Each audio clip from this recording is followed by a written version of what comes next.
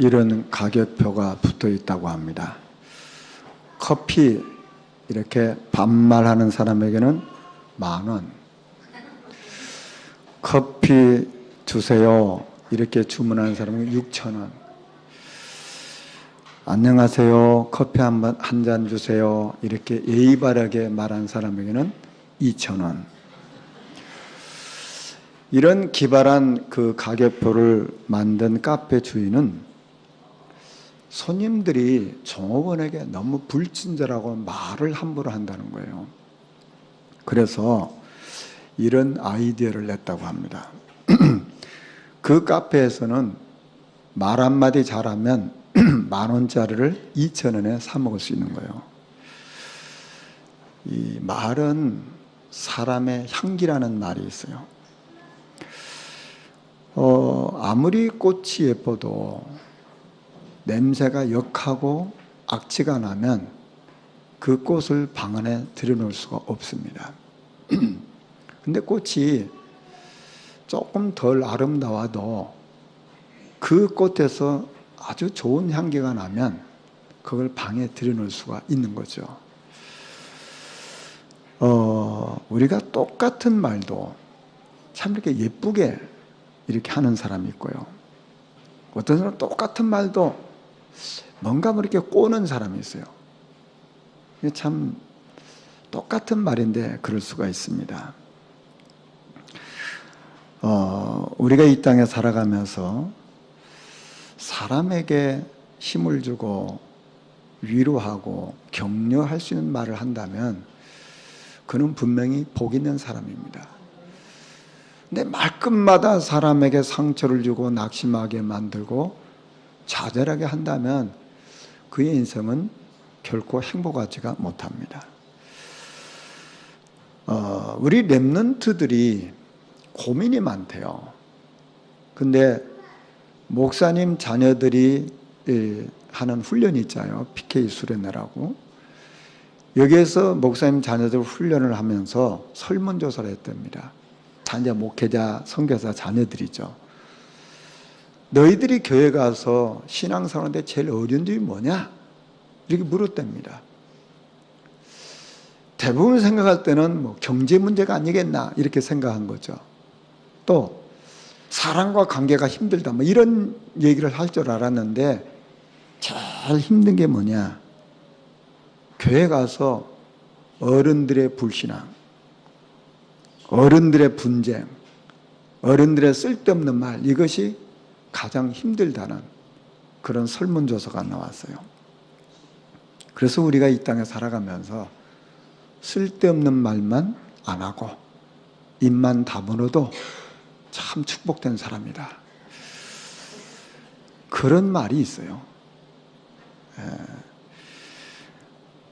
사람이 병이 들면 의사 선생님의 도움을 받아야 되고 약의 도움을 받아야 되잖아요. 그런데 사실은 그건 근본적인 게 아니잖아요. 병이 왔다는 것은 그동안 뭔가 잘못된 것이 쌓여졌단 말이잖아요.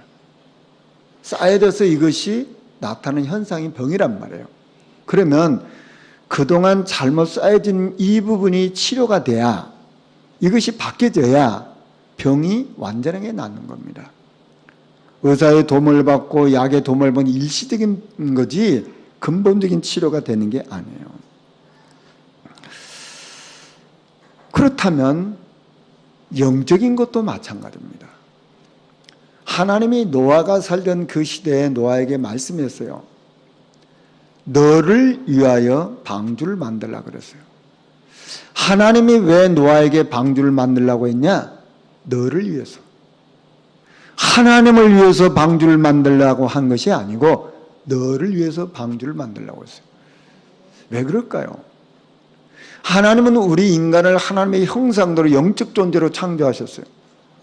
그래서 우리 인간은 그 하나님께로부터 오는 그 축복과 그 은혜를 받고 살아야 돼요. 근데 우리 인간이 자꾸만 다른 말을 들었어요. 다른 말을 듣다가 보니까 이것이 자기에게 와버린 거예요. 그러다 보니까 하나님은 필요 없는 거예요. 그래서 우리 인생이 자기 혼자 살아가다가 결국 문제가 온 거예요. 그게 우리 인간의 병이요. 그게 영적인 병이라 그 말이에요. 이거 왜 이렇게 됐을까요? 성경에 아담과 하와가 왜 무너졌습니까? 하나님의 말씀이 아니고 사단이 하는 말을 자꾸 들은 거예요. 그게 사단이 하는 말이 뭡니까? 네가 네 인생 주인이잖아. 꼭 네가 하나님을 믿어야 되겠어? 너가 내 인생 주인이잖아. 너 기분대로 살아야 되잖아. 너 감정대로 살아야 되잖아. 네가 살고 싶은 대로 살아야 되잖아. 얼마나 그럴듯한 말입니까? 결국 그래서 망한 길로 간 거예요. 하나님은 이때 노아에게 말씀했어요.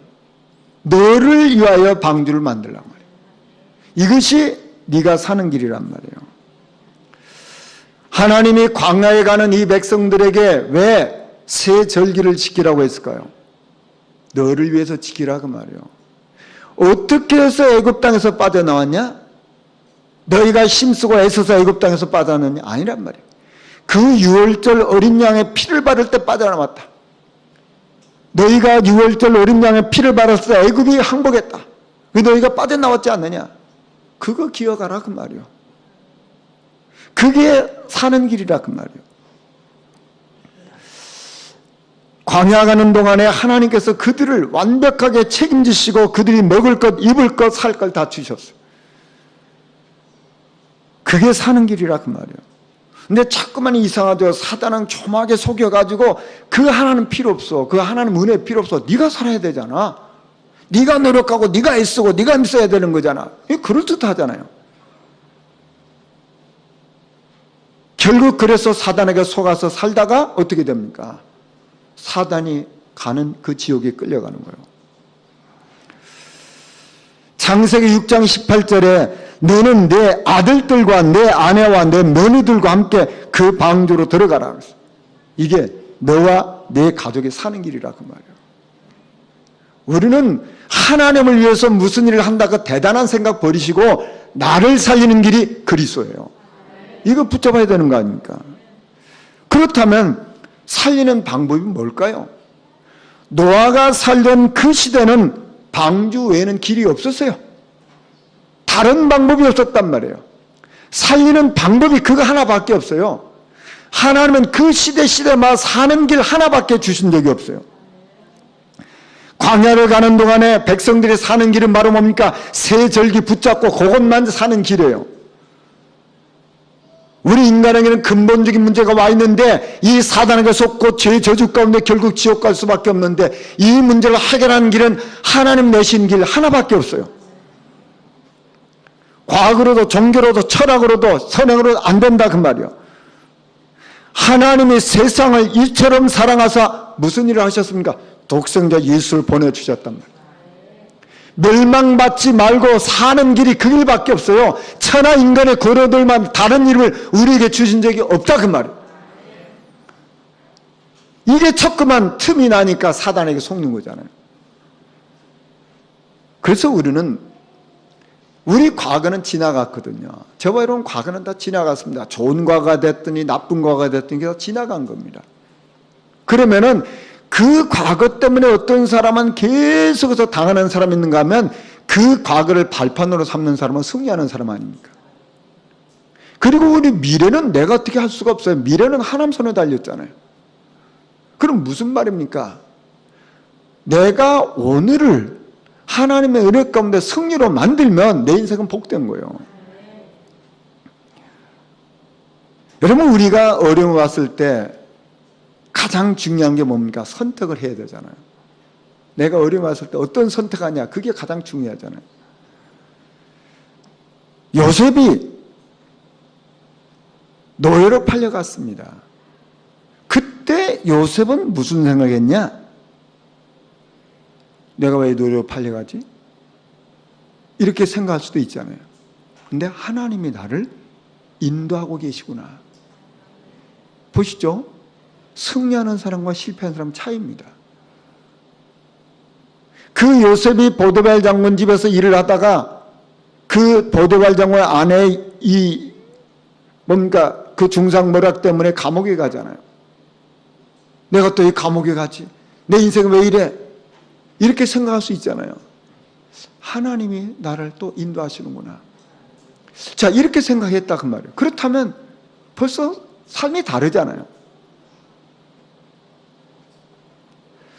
우리가 이 땅에 살아가면서 나는 왜 이런 가정에서 태어났을까? 나는 왜 이런 형편에서 태어났을까? 이렇게 생각하는 사람하고 하나님이 나를 이 가정에서 태어난 하나님 계획이 있지 않겠나? 이렇게 생각하는 사람은 벌써 달라요. 저와 여러분은 오늘 하루를 정말 믿음 안에서 복음적으로 선택하는 축복 누리길 주 여러분 축원합니다. 오늘 창세기 12장에 보면 아브라함이 원하지 않는 일이 일어났어요. 지금 하나님의 약속의 말씀을 붙잡고 지금 가나안 땅에 왔습니다. 그런데 이 땅에 원하지 않는 일이 생겼다니까요. 그게 뭡니까? 기근이 들었어요. 자, 우리가 이 땅에 살아가면서 말씀을 붙잡고 인도를 받는 중에 이런 일 저런 일이 일어날 수 있잖아요. 지금 아브라함에게는 어떤 문제가 왔냐? 기근이 왔어요. 기근이 뭡니까? 먹을 게 없다는 거 아닙니까? 자, 우리가 이 땅에 살아가면서 가장 현실적이고 가장 사실적이고 가장 실제적인 문제가 뭡니까? 먹는 거잖아요. 이건 금방 내가 보고 느낄 수 있는 거잖아요. 지금 먹을 게 없는 거예요. 얼마나 당황하겠어요. 우리 속담에 금강산도 식후경이라고 했는데 아무리 뭐 좋은들 뭐 배가 불러야지. 배가 고프면 뭐 환경에 또 아무 상관 안 보여. 예수님이 40일 동안 금식을 하고 끝났을 때 이 마귀가 와가지고 이 돌로 떡을 만들어 먹으라고 했어요. 육신적인 예수님을 가장 잘하는 얘기 아닙니까? 사단이. 자, 지금 우리가 먹는 문제는 가장 현실적이고 가장 사실적이에요. 자, 이런 문제가 아브라함에 왔어요. 그러니까 아브라함이 어떻게 됩니까? 이 문제가 오니까 제일 먼저 뭐가 와버리냐면 먼저 불신앙에 사로잡혀 버린 거예요. 이게 문제잖아요. 생각이 잡혀버린 거예요. 불신앙에. 자, 이렇게 불신앙에 잡혀버리는 게 어떻게 됩니까? 불안하잖아요. 염려가 생기잖아요. 그럼 어떻게 됩니까? 불안은 자꾸만 불안을 더 갖고 오잖아요. 염려는 더 큰 염려를 가져오잖아요. 이때 하나님이 무슨 말씀을 하셨지? 하나님 어떤 약속을 하셨지? 이 생각을 할 힘이 없는 거예요. 왜냐하면 생각이 먼저 잡혀버리니까. 그러니까 아브라함이 어떻게 합니까? 내가 살아야지. 이 애굽 땅에서 내가 살아남아야 될 거 아니야. 이 아내가 너무 예쁘거든. 그러니까 야, 안 되겠다. 내가 살아야 되겠다. 당신은 내 누이라고 합시다. 그래 내가 살 거 아니냔 말이에요. 이게 우리가 참 사람이 먼저 불신앙의 생각에 사로잡혀 버리면은 막 불안이 밀려오고 염려가 밀려오니까 이게 아브라함이 어처구니 없는 일들을 지금 해내는 거예요. 이게 그렇게 믿음의 사람이 이렇게 엉뚱한 일을 하게 되는 거예요. 그러다 보니까 그곳에서 얼마나 낭패를 당합니까? 얼마나 창피를 당합니까? 사람이 먼저 겁을 먹어버리면요 아무것도 안 됩니다. 어느 부부가 잠을 자는데 도둑놈이 집에 들어오는 거예요. 그러니까 부인이 말하는 거예요. 여보 도둑이 담을 넘어오나 봐요. 그러니까 겁에 잔뜩 찔린 이 남편이 이 겁을 먹어버리니까 이놈 새끼 담만 넘어와봐라. 그런 거예요. 잔뜩 겁은 먹었는데 담만 넘어와봐라. 그러니까 무슨 일을 하겠다는 거죠. 그러니까 이제 부인이 그래도 안심이 되잖아요. 남편이 그런 말을 해주니까. 근데 또 이게 집까지 들어오거든. 여보 저 도둑이 집까지 들어와서 이놈 새끼 집에만 들어와봐라. 겁은 잔뜩 먹어가지고 기는 안 죽으려고 또 그런 거예요. 가만히 보니까 여러분 이제 방으로 들어오거든요. 여보 방에 들어와. 그러니까 이놈 새끼 방에만 들어와봐라. 또 부인 좀 안심이 됐잖아요.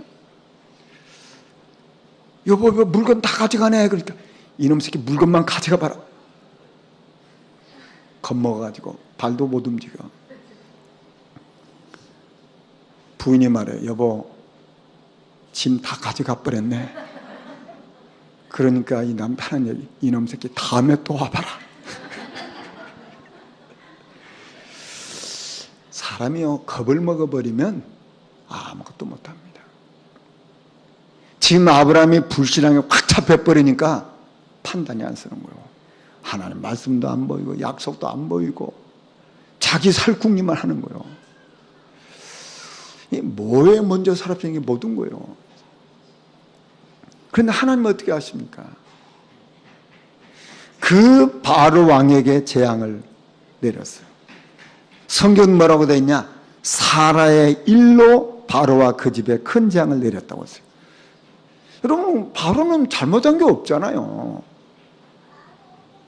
근데 왜 바로에게 큰 재앙을 내릴까요? 하나님은 그 아브람과 사례를 통해서 천하 만민을 살릴 그 계획을 가지시고 그 후대를 주겠다고 약속하셨거든요. 근데 바로는 그걸 알 리가 없잖아요. 그게 재앙이 되는 거예요. 그렇게 불신앙에 잡혀서 어처구니 없는 그런 못난 일을 한 아브람을 하나님은 어떻게 하십니까? 이런 못난 놈 망해라, 그렇게 하지 않으셨어요. 바로의 마음을 움직여가지고 네 안에 데려가라. 그리고 그에게 많은 걸 줘서 보냅니다. 누가 이렇게 하는 것입니까? 하나님께서 아브람을 보호하고 계시는 거예요. 저와 여러분의 인생에 어떤 문제가 올 수 있잖아요. 그러나 구원받은 하나님 자녀는 하나님이 끝까지 보호하시고 책임지시는 거예요. 다윗은 시편 17편 8절에 이렇게 고백하고 있어요. 나를 눈동자같이 지키시고 주의 날개 그늘 안에 감추사 그랬어요. 하나님은 구원받은 하나님의 자녀를 눈동자같이 지키신다고 말이에요. 다윗에게 얼마나 많은 위험이 있었습니까? 그러나 하나님은 이 다윗을 눈동자같이 지키셨어요.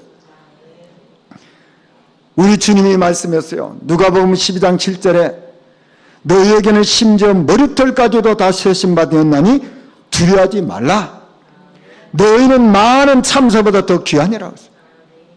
하나님은 하나님의 백성의 머리털 하나까지 세심바 되실 만큼 세세하게 책임지시고 보호하신다고 말이에요. 요한복음 6장 39절에 예수님이 말씀했어요. 나를 보내신 의 뜻은 내게 주신 자 중에 내가 하나도 잃어버리지 아니하고 마지막 날에 다시 살리는 이것이니라. 하나님이 왜 그리스도를 보내주셨냐? 하나님이 주신 그 백성을 하나도 잃어버리지 아니하도록 그리스도 보내주셨다고 말이에요. 저는 오늘 찬송가 390장을 선택했어요. 여러분 후렴을 보세요. 주 날 항상 돌보시고 저와 여러분이 성령에 충만할 때만 돌보시고 아브라함처럼 불신앙할 때는 안 돌보시고 그런 하나님이 아니시라는 걸 찬양하고 있는 거예요. 주 날 항상 돌보시고 날 친히 거느리시네. 여러분 우리는 오늘 이 찬양을 했어요. 저와 여러분 어떤 과정 속에 어떤 환경 속에 어떤 형편 속에 있을지 모르지만 하나님은 항상 돌보시고 친히 지키신다 그 말이에요. 아브라함을 지키신 그 하나님은 지금도 저와 여러분을 지키고 계신 거예요. 아브라함을 보호하시는 그 하나님은 지금도 하나님의 백성을 보호하고 계신다 그 말이에요. 문제는 뭡니까? 저는 이 말씀을 묵상하면서 문제가 뭡니까? 불신앙이잖아요. 사람이 불신앙에 잡혀버리면은 하나님의 완전하시고 영원한 이 약속의 말씀도 생각이 안 나는 거예요. 환경이 너무 크게 보이는 거예요. 그래서 불신앙하다 결국 창피를 당하는 거예요. 여러분 불신앙에 잡히면 사람은 자꾸만 불안해지고 염려가 생기는 거예요. 그래서 염려는 더 큰 염려를 가져오고 불안 더 큰 불안을 가져온다 그 말이에요. 왜 이렇게 됐을까요? 아브라함의 숨겨진 애것이 드러난 거예요. 하나님 없을 때 심어졌던 자기 것 있잖아요. 예체질 그게 있잖아요. 문제가 오니까 어떻게 됐어요? 숨겨졌던 그 애것, 그게 드러난 거야. 그래 말이야, 내가 살아야지. 내가 살아야 되는 거 아니야? 이게 뭐 하나님은 안 보이고 말씀은 생각 안 나고, 그래 내가 살아야지. 이게 마귀가 심어놓은 사상이고 체질이잖아요. 이게 없는 줄 알았는데, 평상시는 괜찮았는데 문제가 딱 오니까 말씀은 생각이 안 나고 옛것 심어진 거, 이게 딱 생각난 거예요. 자기 생각에는 잘한 거라고 판단했을 거 아닙니까? 근데 이게 참 창피를 당하고 모욕을 당하고 조롱을 당하는 거잖아요. 그 먹고 사는 문제 딱 오니까 옛것이 그냥 드러나 버린 거 아닙니까? 우리가 이 땅에 살아가면서 저와 여러분도 이렇게 실수할 수 있고 이런 조롱을 당할 수 있어요. 그때마다 저와 여러분 붙잡으세요. 어느 날 우리 주님이 제자들이 물었어요. 사람들이 나를 누구라고 하느냐? 제자들은 사람들이 하는 말을 다 얘기했잖아요. 에레미야입니다, 엘리야입니다, 세례 요한입니다, 이런 얘기 하잖아요. 너희는 나를 누구라고 하느냐? 이때 베드로가 주는 그리스도시요 살아계신 하나님의 아들이라고 고백했어요. 바요나 시몬아 내가 보겠도다. 이를 내게 알겠느냐? 혈육이 아니라 하늘에 계신 내 아버지시냐? 그러시면서 뭘 말씀하십니까? 이 반 속에 내 교회를 세울 것이다. 음부의 권세가 절대 너를 이길 수 없다. 천국 열쇠 내게 주겠다 그랬어요. 여러분 보시죠. 저와 여러분이 그리스도를 고백하는 그 순간은 영원한 축복이 우리에게 와 있는 거예요. 영원한 약속이 와 있는 거예요. 이것은 베드로의 인격과 수준과 상관없는 거예요. 하나님이 영원한 축복을 주신 거예요. 저와 여러분이 그리스도를 고백하는 그 순간 우리는 반사 같은 축복이 와 있는 거예요. 음부의 권세가 절대 우리를 이길 수가 없는 거예요. 속지만 않으면 승리하는 거예요. 천국에서 천국까지 보장되어 있고 이 땅에서 천국의 축복을 누릴 수 있는 권세가 와 있다 그 말이에요. 문제는 이걸 놓치는 거예요.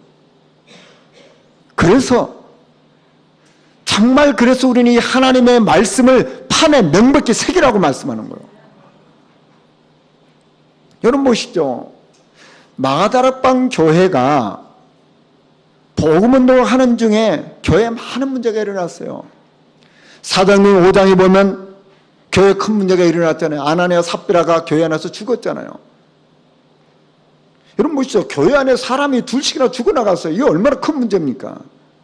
물론 그들이 불신앙해서 죽은 거죠. 그러나 어떻든 교회 안에서 일어난 일 아닙니까? 이것 때문에 교회가 무너졌습니까? 하나님은 이 교회를 향한 하나님의 계획이기 때문에 사도행전 6장에 보면은 성령 충만하고 믿음이 충만하고 지혜가 충만한 이런 일꾼을 하나님이 세워서 교회를 더 든든히 세우셨다고 말이에요. 이게 하나님의 방법이에요. 또 사도행전 7장에 보면 스데반이 환난을 받아서 순교를 당하잖아요. 사람이 또 죽어나갔단 말이에요. 교회 중요한 일꾼이 죽었어요. 순교를 당했어요. 그럼 교회가 큰 시험을 당해야 될 거 아닙니까? 근데 어떤 일을 합니까? 성도들에게 새로운 영적 힘이 생겨서 사마리 지역에서 전도의 문이 열리죠. 사도행전 9장에는 그렇게 핍박했던 바울이 꺾어져서 하나님 앞에 돌아오죠. 사도행전 10장에는 로마의 백부장이 하나님 앞에 돌아오죠. 사도행전 11장에는 안디옥교회가 소집해서 세계복음화하죠. 무슨 얘기입니까? 하나님이 세우신 교회를 하나님이 책임지시고 인도하신다 그 말이에요. 문제가 와가지고 교회가 무너지는 것이 아니고 그 문제 때문에 교회는 든든히 세워지는 거예요. 그게 하나님의 방법이에요.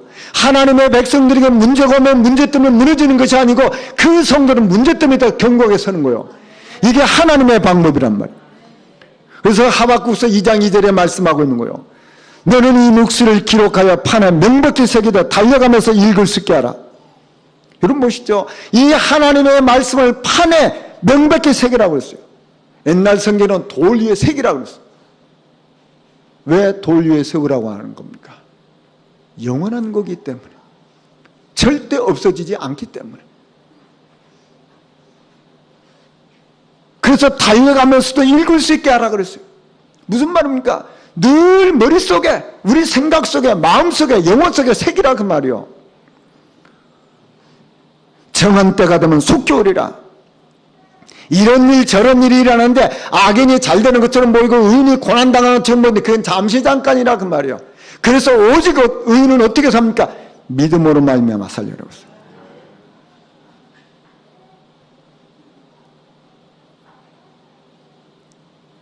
그 하박국이 찬양을 하잖아요. 하박국 3장 18절에 나는 여호와로 말미암아 즐거워하며 나의 구원의 하나님으로 말미암아 기뻐하리로다. 정말 나의 기쁨, 나의 즐거움은 어디서 오냐? 여호와로 말미암아. 우리가 잘 되고 안 되고 상관없이 여호와로 말미암아 기뻐하고 즐거워한단 말이에요. 말씀이 판에 베긴 것처럼 잘 새겨지면 그 말씀의 지배를 받고 인도받는 거예요. 한 외국인이 겨우 이제 한국말을 알아들을 정도가 됐어요. 미장원을 가게 됐어요. 미장원에 들어갔더니 머리 잘라줄까요? 그러는 거예요. 머리를 잘라줘? 겁이 났잖아요. 근데 손님이 앉아있는데 손님이 그러는 게 저 앞머리 좀 죽여주세요 그러는 거예요. 또 한쪽에 있는 손님이 저는 뒷머리를 좀 죽여주세요. 근데 이제 미용사가 오시라고 앉으라고 가위를 들고 오니까는 겁이 났고 도망가는 거예요. 왜냐하면 머리 잘라주세요. 앞머리 죽여주세요. 뒷머리 죽여주세요. 이거 완전히 사람 죽이는 곳이에요. 너무 겁이 나가지고는 도망갔어요. 도망가면서 딱 보니까 문 앞에 뭐가 있냐면 검은 봉투에 머리카락을 담은 검은 봉투가 있는데 이게 쭈삐쭈삐 나왔어. 이 사람이 도망가면서 생각한 거예요. 저 검정 봉투에 뭐가 있을까? 자른 모가지들이 있을 거야. 너무너무 겁이 나고 정신없이 도망갔어. 말은 알아들었는데 내용을 모른 거예요. 어쩌면 우리가 신앙생활 하면서 말씀은 알아듣는데 내용을 놓치면 이렇게 되는 거예요. 하나님의 말씀은 살았고 운동력이기 때문에 이 말씀이 내 영혼 속에 잘 박힌 못처럼 새겨지면 말씀의 지배를 받는 거예요. 그래서 우리가 신앙생활 하면서 가장 중요한 것은 영적 상태를 어떻게 가꾸느냐, 이게 모든 거예요. 왜 우리는 정시기도 하고 또 매일같이 우리가 집중 훈련을 하면서 말씀을 듣고 또 묵상도 하고 암송도 하고 써보기도 하고 또 찬양하고 기도하고 또 전도를 생각합니까? 이게 아무것도 아닌 것처럼 보이는데 이게 우리 영적 상태를 차곡차곡 채워주는 거예요. 만약에 우리가 아무 생각에서 멍하니 있고 세상 말만 계속 듣고 사람 말만 계속 들으면 어떻게 되겠어요? 나도 모르게 영적으로 황폐해지는 거예요. 영적 힘이 없어지는 거예요. 거기다가 마당에 불신앙의 말까지 들어왔다. 어떻게 되겠어요? 그 무너지지 않겠냔 말이에요. 어릴 때부터요, 영적인 사람들이 있어요. 어린 다윗에게 여호와의 신이 감동했다고 했어요. 어린 다윗이 찬양할 때 악신이 떠나갔다고 했어요. 그런 다윗에게 인생을 살아가면서 큰 문제들이 많이 왔어요. 어릴 때부터 이 영적 상태가 차곡차곡 채워지니까 그런 큰 문제 왔을 때 다윗의 고백이 뭡니까? 여호와는 나의 목자시니 내가 부족함이 없다. 이 고백이 되어지는 거예요. 혹시 우리 중에 가정에 불화가 많은 사람이 있습니까? 가정에 자꾸만 싸움이 많이 있는 집이 있습니까? 이거 큰 문제입니다. 이 부모가 자꾸만 싸움을 하기 시작하면요, 그게 분명히 흑암의 역사거든요. 처음에는 부모가 싸우면 두렵습니다. 두렵죠. 그러다가 이게 어떻게 변하냐면요, 외로움으로 변해요. 두렵다, 외로워. 나는 혼자 살아야 돼. 우리 엄마 아빠 저렇게 싸우다가 보면 어떻게 될까? 이제 혼자 외로워지는 거예요. 그러다 어떻게 됩니까? 미움이 생겨요. 미움이 자꾸 쌓여져요. 이게 필름이 이렇게 되는 것처럼 그게 쌓여져요.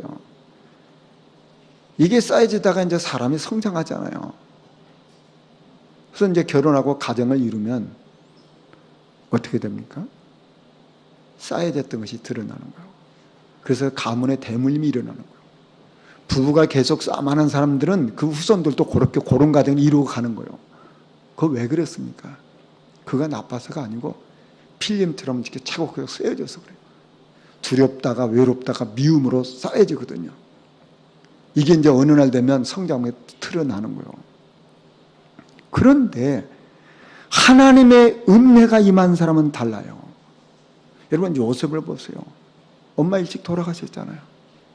형들이 얼마나 자기를 괴롭힙니까? 그러면 처음에는 두렵겠죠. 형들이 자기를 힘들게 하니까. 나중에는 나 혼자밖에 없어. 외롭겠죠. 그러다 미움이 또 쌓이겠죠. 내가 이제 힘이 지금은 없지만 힘이 생기면 앞으로 봐라. 미움을 따그닥 채울 거 아닙니까? 그러면 이런 사람 될 거 아니냔 말이에요. 근데 이 요셉은 그 모든 그 두려움과 외로움과 미움을 가지고 하나님 앞에 나가요. 하나님 앞에 전부 다 이걸 기도로 바꿨다고 말이에요. 그 두려움이, 외로움이, 그 미움이 전부 다 기도로 바뀌는 거예요. 여러분 보시죠. 똑같은 문제가 왔는데 어떤 사람은 두려움이, 외로움으로, 미움으로 차곡차곡 쓰여지는 사람이 있는가 하면 똑같은 환경 속에 그걸 전부 다 기도로 바꿔서 영적인 상태가 풍성한 상태로 바뀌어버리는 거예요. 이런 복음의 능력이 뭡니까?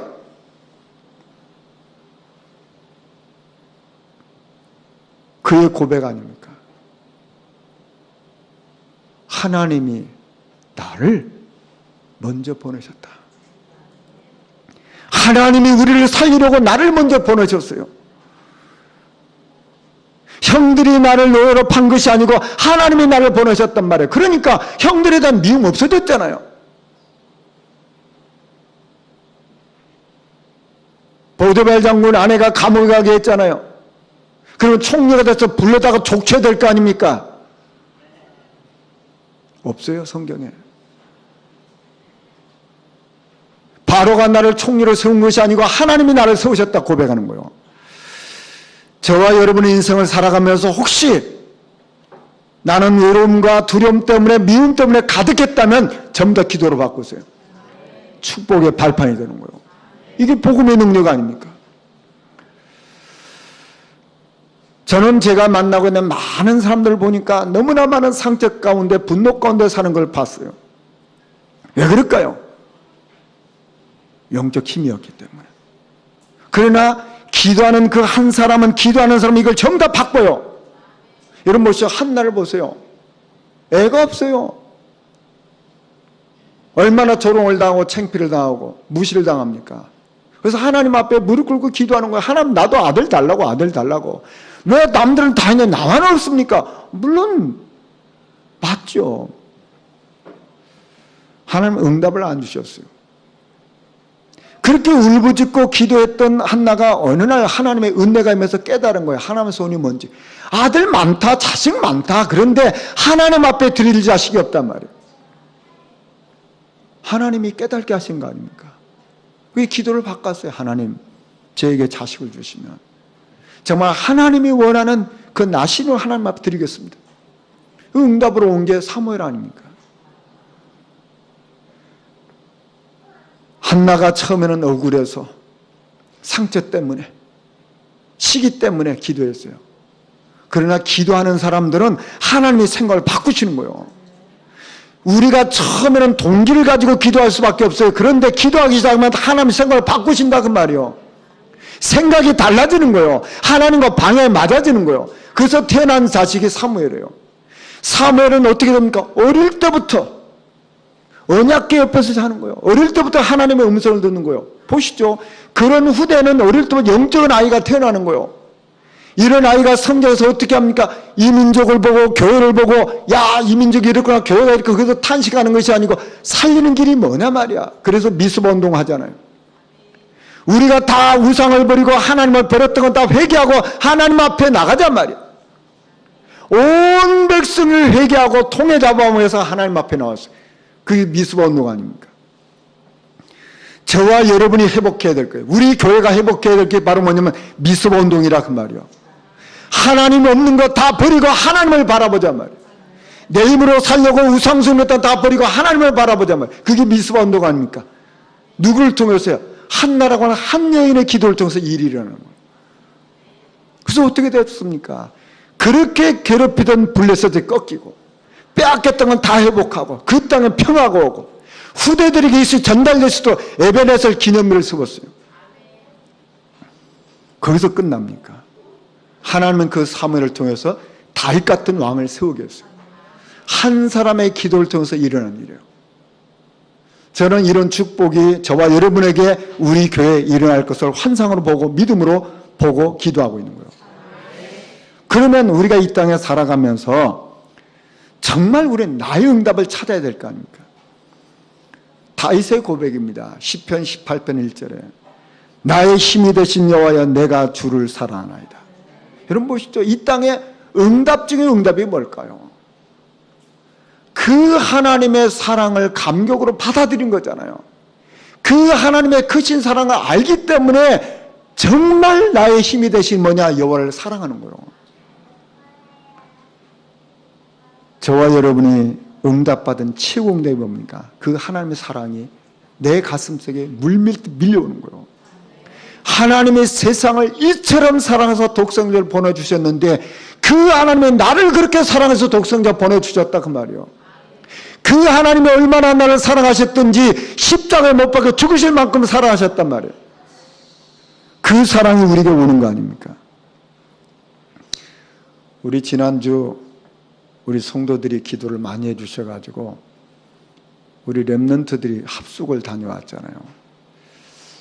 우리 시밀스 목사님 기도를 참 많이 하는 목사님이거든요. 우리 세 아이를 데리고 중국 합숙을 갔는데 사실 중국 합숙 가면은 메시지만 10번을 들어요. 2박 3일 동안 굉장히 힘든 건데 우리 아이들을 목사님 기도하면서 데리고 갔잖아요. 근데 어떤 일이 일어났냐? 다 같이 은혜를 받고 왔는데 뭐 은혜 받은 것도 감사하죠. 돌아와가지고 아빠한테 복음을 전했어. 아빠. 근데 아빠가 예수를 영접한 거예요. 그래서 내가 그 아이 만났더니 거예요. 목사님 신기해요. 제가 이 복음을 설명했는데 우리 아빠가 신기하게도 예수를 영접했어요. 이게 놀라운 일이잖아요. 한 아이는 밤에 친구가 전화한 거예요. 너무 무섭다고. 아니 왜 집에서 무섭습니까? 무섭대. 그 이 친구한테 복음을 전했어요. 얘가 영접했어요. 그냥 평안해진 거예요. 참 놀라운 일이죠.